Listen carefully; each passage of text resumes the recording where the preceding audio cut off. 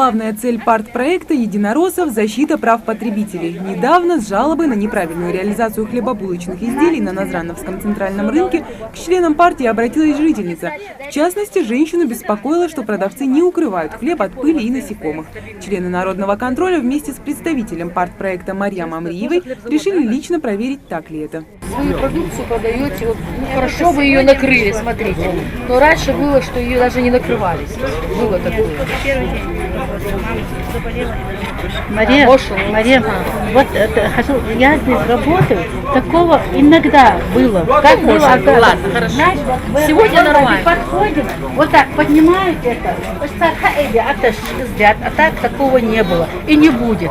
Еще одна покупательница пожаловалась, что нашла бумагу в кондитерском «Корже». В том же магазине изделия решили приобрести и члены партпроекта. Выбор был спонтанным и случайным. В булочке никаких лишних предметов не нашлось, а в администрации центрального рынка поспешили заверить, что все эти проблемы будут решены, а система продажи структурирована. Планируем вот отдельно, чтобы зал был, чтобы хлебобулочные изделия, чтобы этот молочные продукты, вот рыба, чтобы для рыбный зал у нас есть, и молочный вот отдельно все есть.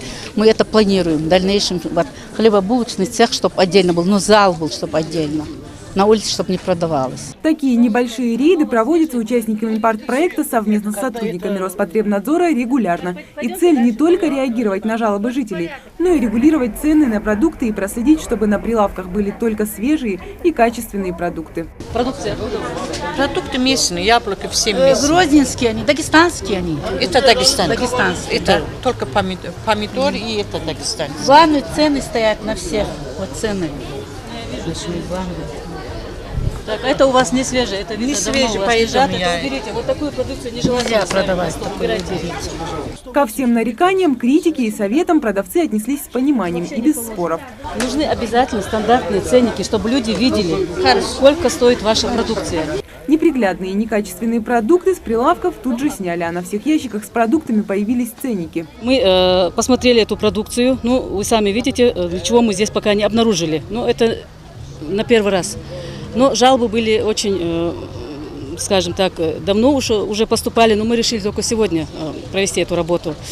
Ну, сегодня, как говорится, мы ничего такого не обнаружили, все было, ценники были, все упаковано было, вроде бы нарушений никаких не было. Такие рейды будут проводиться и впредь. Члены партпроекта надеются, что если проверки станут постоянными, то нарушений и, соответственно, жалоб станет значительно меньше. Мария Мюстоева, Рахман Цуров, Новости 24.